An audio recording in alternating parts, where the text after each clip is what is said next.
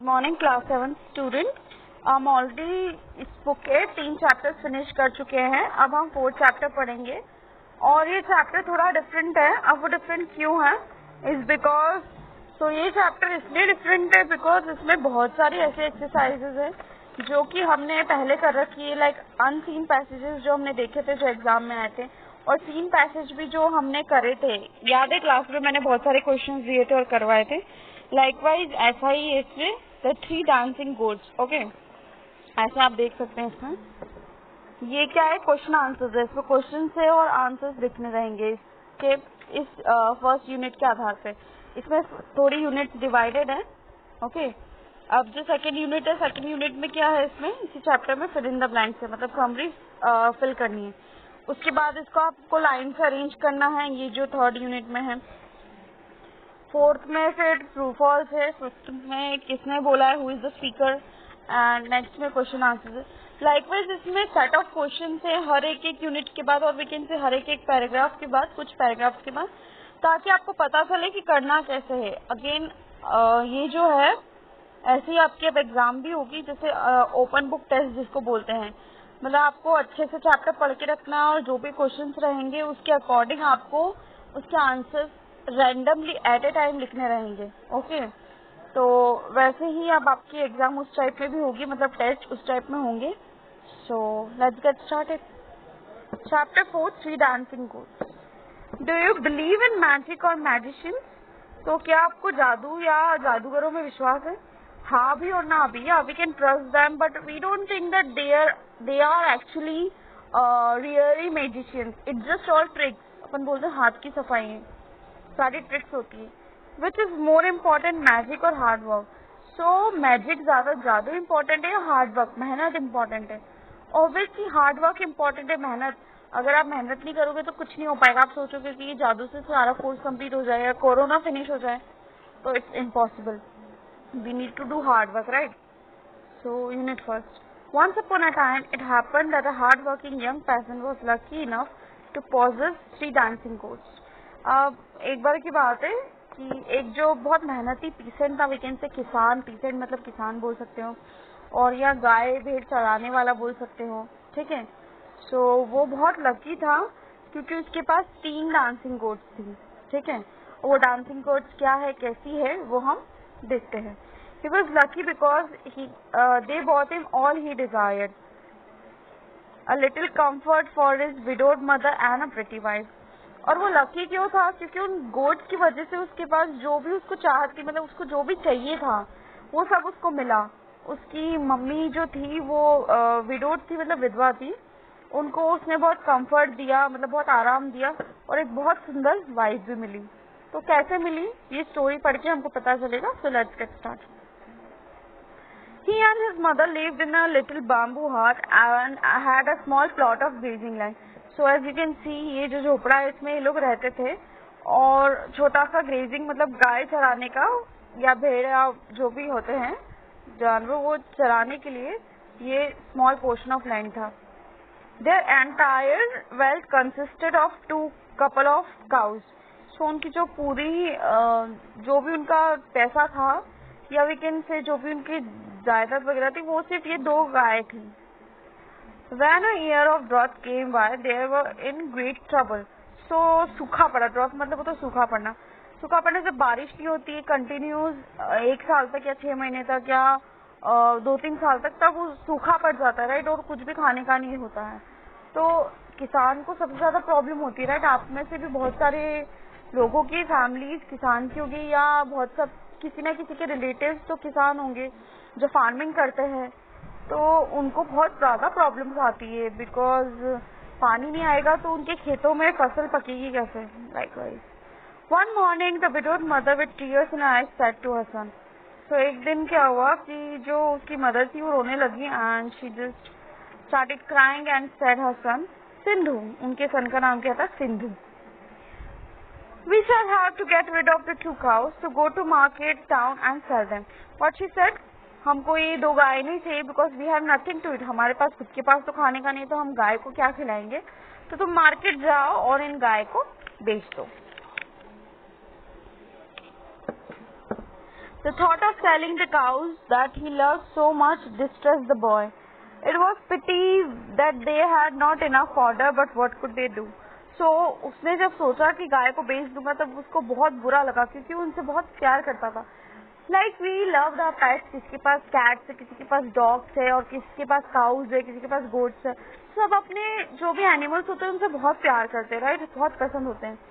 तो उनको बेचने के साथ ही वो बहुत टेंशन में आ गया. मतलब he was very sad that how could I sell them? What a pity.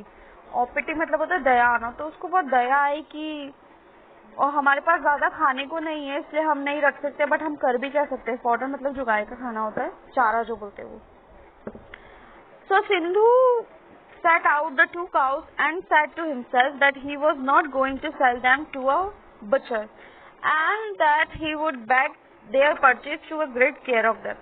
So उसने सोचा, बहुत सोचा. उसके बाद सोचने के बाद उसने ये बोला कि मैं अब मेरी जो काउज है उसको बुचर के पास नहीं बेचूंगा. बुचर मतलब क्या होता है? जो नॉनवेज काटता है, मतलब जो भी मरे हुए या फिशेस वगैरह को काटता है या चिकन वगैरह काटता है और काट के सेल करता है, उसको बोलते हैं बुचर. तो वो उसने सोच लिया कि मैं उसको अपनी गाय नहीं बेचूंगा क्योंकि मुझे नहीं चाहिए कि मेरी गाय किसी का खाना बन जाए. तो वो और उसकी वजह उसने सोचा कि मैं इन काउस को ऐसे पर्सन के पास भेजूंगा जिसको जरूरत भी हो और जो उनका बहुत अच्छे से ध्यान रखे. Before coming to the market town, he met an old woman who was also going to market to sell his 3 goats. So जाने से पहले मतलब मार्केट जाने के रास्ते में, मार्केट टाउन जाने के रास्ते में उसको एक वुमेन मिली, ओल्ड सी बुढ़ी औरत मिली जो कि मार्केट ही जा रही थी. क्यों? क्योंकि उसको 3 गोट सेल करनी थी, 3 बकरियां सेल करने के लिए वो मार्केट जा रही थी. Both Sindhu and woman rested under a tree and both plucked leaves for their cattle and to feed their pets. So दोनों ने एक पेड़ के नीचे रेस्ट किया और पत्तियां तोड़ के अपने जो पेट्स थे उनको खाना खिलाया. The old woman looked at the boy compassionately as he was feeding the cows and said, "Tell me, my lad, what is troubling you? I know it's not a good time for peasants." What did she say? उसने उसकी तरफ देखा है कंपैशनली, मतलब उसने उसको देखा क्योंकि वो उनके मतलब दिख जाता है कि आप अपने पेट से कितना प्यार करते हो. तो वो वैसे ही उनको प्यार से वो खिला रहा था चारा और उसने उसको देखा एंड शी सेड कि तुमको क्या परेशान कर रहा है. What happened to you? What was troubling you? Means what was giving problem to you? I know it is not a good time for peasants. मुझे पता है कि अच्छा टाइम नहीं है किसानों के लिए. पीजन सो पीजेंट्स मतलब जो किसान थे उनके लिए बहुत बुरा टाइम चल रहा था. उसने वो चीज समझी and she said to him, तुमको क्या प्रॉब्लम है, तुम मुझे बताओ. What can I do? I have to sell the cows we love so much, murmured Sindhu. उसने धीरे धीरे बोला सिंधु ने, मैं क्या कर सकता. I love this 2 cows too much but what shall I do? I have no other option left. The old woman asked him all sorts of questions. At last came close and said, उससे बहुत सारे questions पूछे उससे, सिंधु से, old woman ने. And at last she said, "My dear lad, I like you to admire your love for cows. Let me have them and I promise they shall be well cared for. You take my 3 goats." Now what did she say?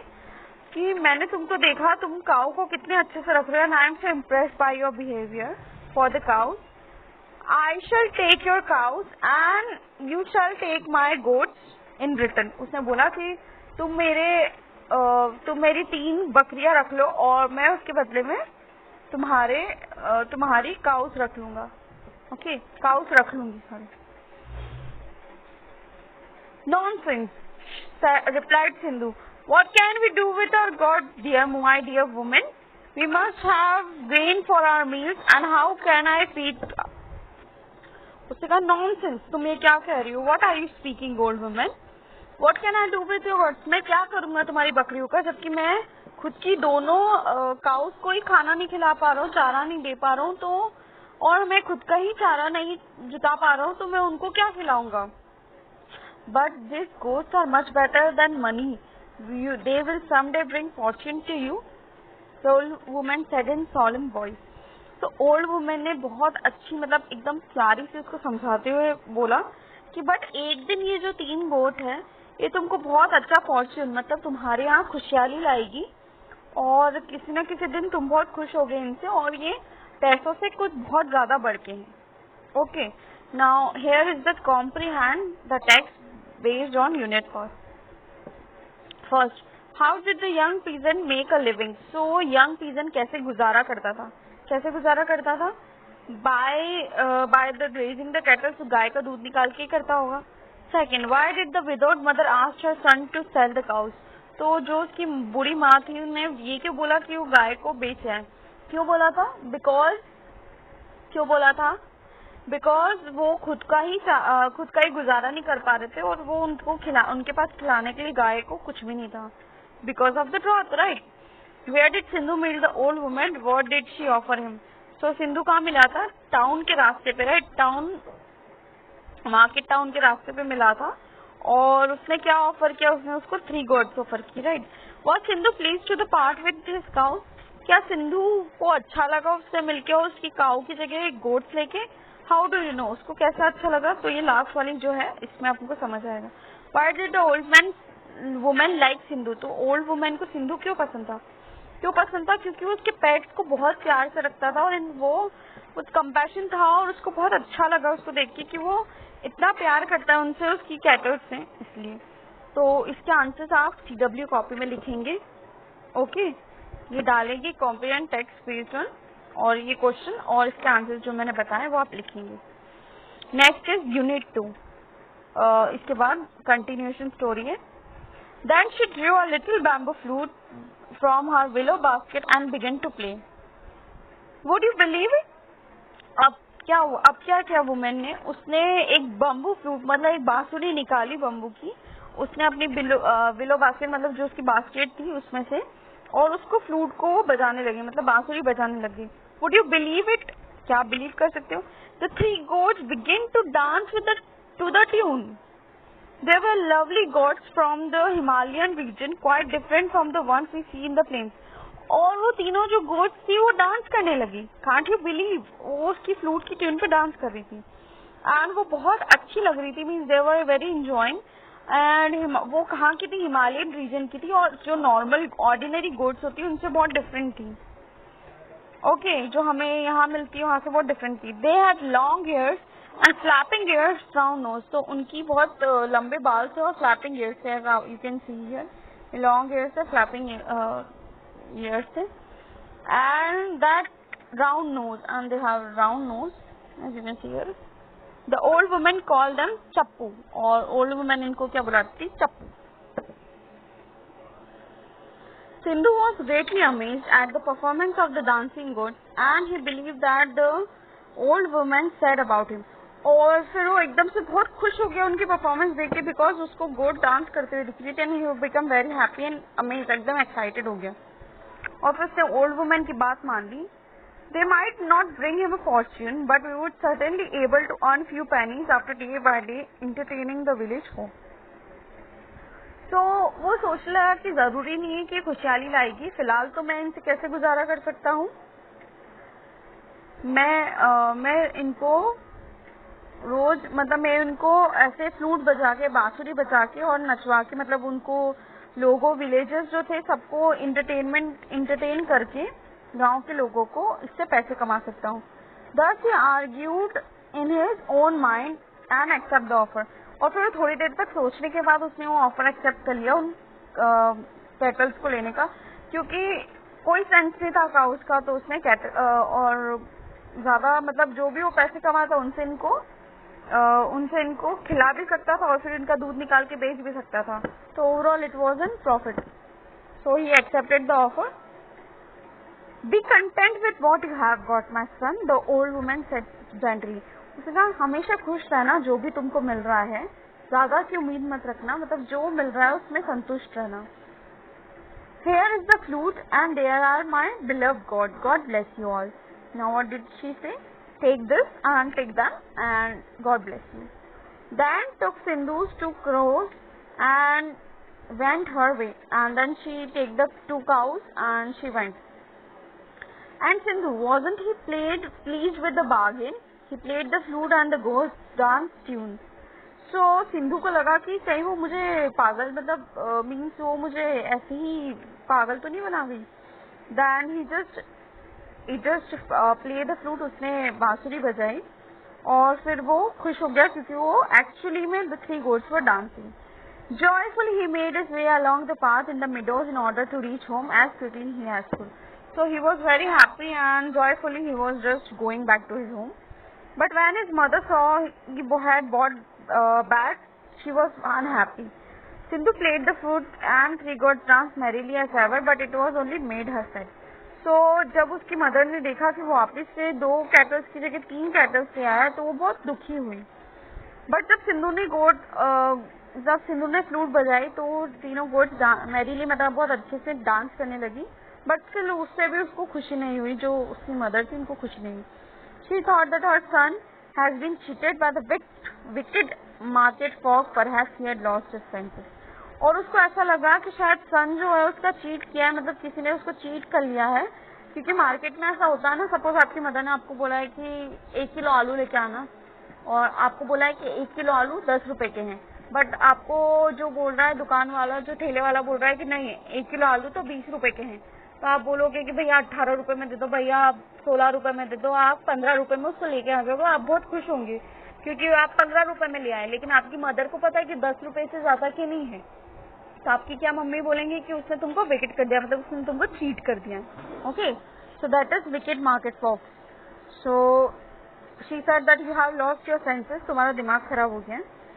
Are you sure you have not been cheated, my son? She cried. And she cried, मतलब बहुत तेज बोलने लगी, चिल्लाने लगी कि क्या तुमको विश्वास है खुद पे कि तुमको किसी ने चीट नहीं किया? We have hardly enough food to keep ourselves from starvation. What will you do with this silly goat? और उसने बोला कि हमारे पास तो इतना खाना भी नहीं, हम खुद स्टार्व मतलब भूखे मर रहे हैं और हम इनको क्या देंगे? Don't be afraid, mother, implored Sindhu. और फिर उसने पूरा सीन बताया मदर को. And he was like I know how to earn money and what to do with the cows. आप टेंशन मत लो, आप डरो मत. And neither mat not light hearted the dear old woman who achieved this wonderful gods for cows told me that some day they will bring us luck and I believe her. So what did he said? Sindhu ने बोला कि मैं पागल नहीं हूँ, मैं cheat नहीं किया उसने मुझे. उन्होंने मुझे बोला कि इन तीनों वंडरफुल गॉड कभी ना कभी तुम मेरे लिए लक लेके आएंगी और मैंने उनकी बात का विश्वास कर लिया. If they do not bring a few pennies for our livelihood, और अगर ये नहीं होगा तो एटलीस्ट ये कुछ पैसे कमा के तो हमें देंगी. They will certainly set handsome price from our landlord, और हम अगर इनको बेचेंगे तो वो बहुत अच्छी प्राइस देंगे हमारे जमींदार को. Now Sindhu landlord lived close to the village. His daughter, a girl of great beauty, soon had heard of the dancing gods. She wanted her father to summon the peasant for her entertainment. So जो landlord था, मतलब जो मालिक था, वो पास में ही रहता था, गांव के पास में रहता. तो उसकी जो डॉटर थी, जो उसकी लड़की, बहुत सुंदर थी. और उन्होंने जब वो डांसिंग गॉड्स के बारे में सुना तो उन्होंने सोचा, उन्होंने फादर को कन्विंस किया कि उनको वो गिफ्ट चाहिए एंटरटेनमेंट के लिए, क्योंकि बहुत अच्छा लगता है जब ऐसे गोड्स डांस करते. She was very happy and she wanted. Now next is comprehend the text. Unit 2 के बेसिस पर, सिर्फ यूनिट 2 जो अपन ने पढ़ा इतना था उसके बेसिस पर हमको ये कंप्लीट करना है. Since the text and complete the summary of the extract. The old lady took out and dash and begin to play. What did she take out? A flute. The dash began to dance. The 3 goats began to dance to the flute, to the song of, to the music of the flute. Sindhu was very happy. He realized that gods may not give him luck, but they could earn few pennies by the villagers. When Sindhu's mother saw the bargain, she was very unhappy. She felt that her son has been cheated or he had lost his mind. But Sindhu believed the words of the old woman and was satisfied. Soon the landlord's daughter heard of the 3 goats and wanted to be entertained by the gods. So यहाँ fill कर लेंगे, okay, और ये मुझे submit करेंगे.